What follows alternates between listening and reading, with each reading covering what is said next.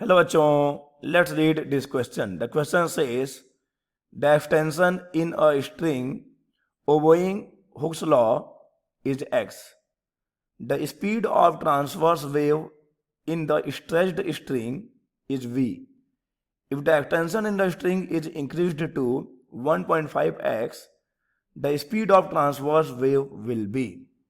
And the given options are A 1.22v, B 0.61v, C 1.50v और D 0.75v. Okay, तो आइए सबसे पहले हम बात कर लेते हैं की कंसेप्ट की. Key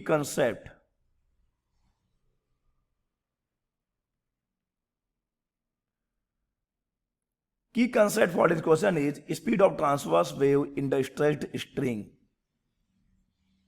Speed of transverse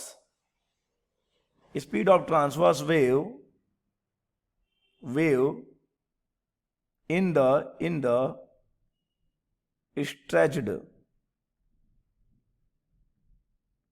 the stretched string.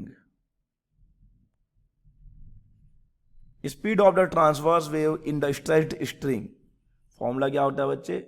v equal to हो जाता है t बाई म्यू रूट के अंदर. जहां पर t क्या है बच्चे? t is the tension. t is the tension in the string. Tension in the string. Okay, and what is mu? Mu is the mass density of the string. What is mu? Mu is mass density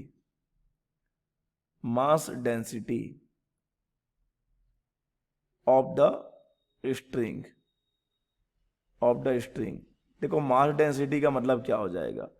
mass density का मतलब हो जाएगा mass per unit length. Okay, और यहां पे Hooke's law की बात भी हो रही है. तो देखो, हुक्स लॉ की अगर बात करेंगे तो उसको भी हम अपने की कंसेप्ट में लिख लेते हैं कि क्या कहता है हुक्स लॉ. हुक्स लॉ क्या कहता है? ठीक है, कि जो टेंशन आएगा स्ट्रिंग के अंदर, that will be proportional to जो भी लॉन्गेशन होगा या जो भी कंस्ट्रक्शन होता है उसके प्रोपोर्शनल होगा. ठीक है, तो t is proportional to x. अब आ जाते हैं अपने सवाल पर. इन सारे कॉन्सेप्ट को यूज करेंगे और क्वेश्चन को सॉल्व करेंगे. देखिए, यहां पे जो स्ट्रेच्ड स्ट्रिंग है उसके अंदर जो ट्रांसवर्स वेव प्रोड्यूस होगा जिसका स्पीड है t by mu. Okay, t by mu. तो यहां से वी कैन कंक्लूड. देखो, क्या कांस्टेंट है? स्ट्रिंग हम चेंज नहीं कर रहे हैं, यानी उसका जो म्यू रहेगा सेम रहेगा, उसका जो मास डेंसिटी रहेगा वो सेम रहेगा. तो v प्रोपोर्शनल टू हो जाएगा रूट t. अब टेंशन चेंज कैसे हो रहा है? देखिए, हम जो है यहां पे क्वेश्चन को ध्यान से पढ़िए.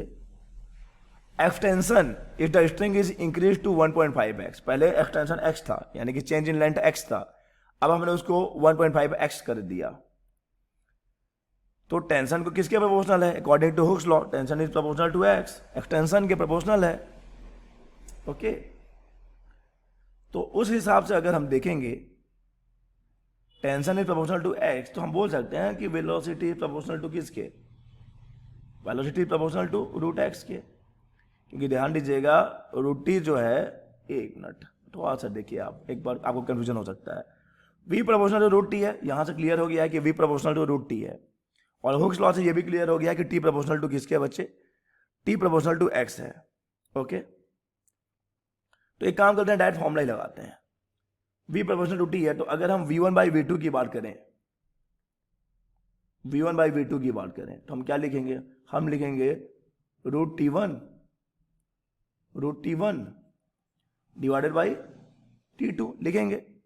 ओके, तो इसको v2 बाई v1 के टर्म में लिखना ज़्यादा सही रहेगा, क्योंकि हमको v2 ही निकालना है. तो कोई दिक्कत नहीं है, ये t2 बाई t1 हो जाएगा.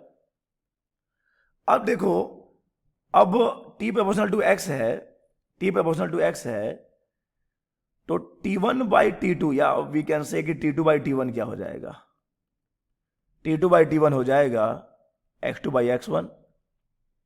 लेकिन पहले एक्सटेंशन कितना है, पहले एक्सटेंशन x है और बाद में एक्सटेंशन हमने कितना कर दिया, 1.5x कर दिया है। रख दो ना यार, वैल्यू पुट कर दीजिए। तो v2/v1 की 1 कितना आ जाएगा, t2/t1 है, और t2/t1 क्या है, 1.5x और 1x है। यानी यहाँ पे हम रख देंगे 1.5x और 1x। हाँ, x और x को पहले ही कैंसिल कर सकते थे आप। तो v2 इज इक्वल टू आ जाएगा v1 कितना टाइम्स, रूट ओवर 1.5 टाइम्स।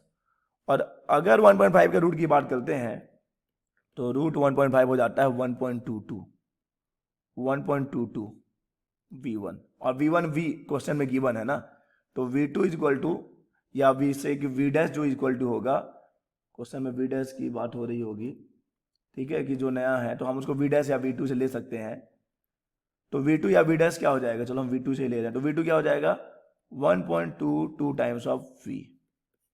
यानी एक्सटेंशन को 1.5 टाइम्स इंक्रीज करने पर या 1.5 टाइम्स करने पर हमारा जो वेलोसिटी है कितना हो जाएगा, 1.22 टाइम्स हो जाएगा। सो द करेक्ट ऑप्शन कौन सा हो जाएगा, so the correct option for this question is a, 1.22 v। 1.22 v is the correct option, so the correct option is a.